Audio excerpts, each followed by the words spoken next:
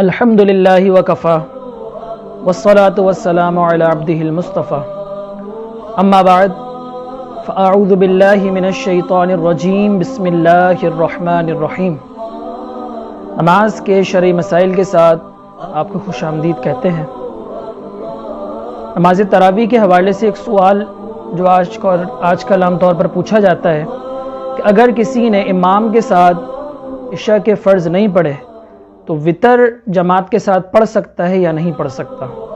تو اگر کسی نے امام کے ساتھ عشاء کے فرض نہیں پڑھے تو وہ وتر امام کے ساتھ جماعت کے ساتھ پڑھ سکتا ہے، اس میں کوئی شرعی قباحت نہیں ہے۔ ایک اور سوال ہے کہ کیا الٹے کپڑے پہن کر نماز پڑھنا جائز ہے یا نہیں؟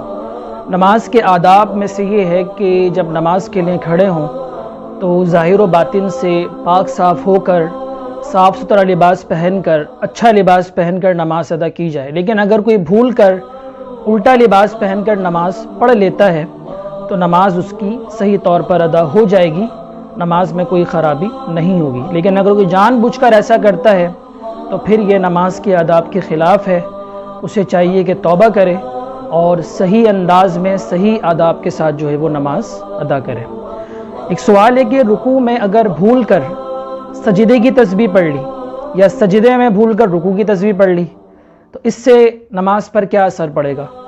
اگر کسی نے رکوع میں سجدے کی تسبیح یعنی سبحان ربی الاعلیٰ اور سجدے میں رکوع کی تسبیح یعنی سبحان ربی العظیم پڑھ لی تو اس سے نماز میں کوئی مسئلہ نہیں ہوگا، آپ کا واجب جو ہے وہ صحیح طور پر ادا ہو جائے گا۔ ایک سوال ہے کہ تعدیل ارکان کیا ہوتا ہے؟ تعدیل ارکان کا مطلب ہے ارکان کو درست انداز سے ٹھہر ٹھہر کر ادا کرنا، یعنی کہ قومہ رکوع کے بعد جو کھڑے ہوتے ہیں قومہ میں کم از کم ایک مرتبہ سبحان اللہ کی مقدار کھڑے رہنا، اسی طرح دو سجدوں کے درمیان جو بیٹھتے ہیں اس کو جلسہ کہتے ہیں، اس میں کم از کم ایک مرتبہ سبحان اللہ کی مقدار ٹھہرنا، یہ واجب ہے۔ اگر کوئی رکوع سے سیدھا کھڑے ہوئے بغیر ڈائریکٹ سجدے میں چلا جائے گا تو اس کا واجب چھوٹ جائے گا۔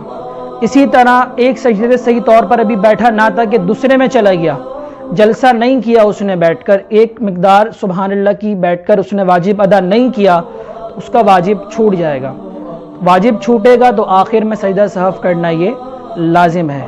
عام طور پر آج کل تراویح کے اندر دیکھا گیا کہ بہت جلدی کرنے کے چکر میں دو سجدوں کے درمیان صحیح طور پر نہیں بیٹھتے، جلسہ ادا نہیں کرتے اور ڈائریکٹ دوسرے سجدے میں چلے جاتے ہیں، اس طرح واجب چھوٹتا ہے۔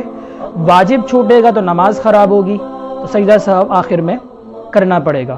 اللہ رب کریم سے دعا ہے کہ ہمیں خشوع اور خضوع کے ساتھ صحیح معنی میں اپنی نماز ادا کرنے کی توفیق عطا فرمائے۔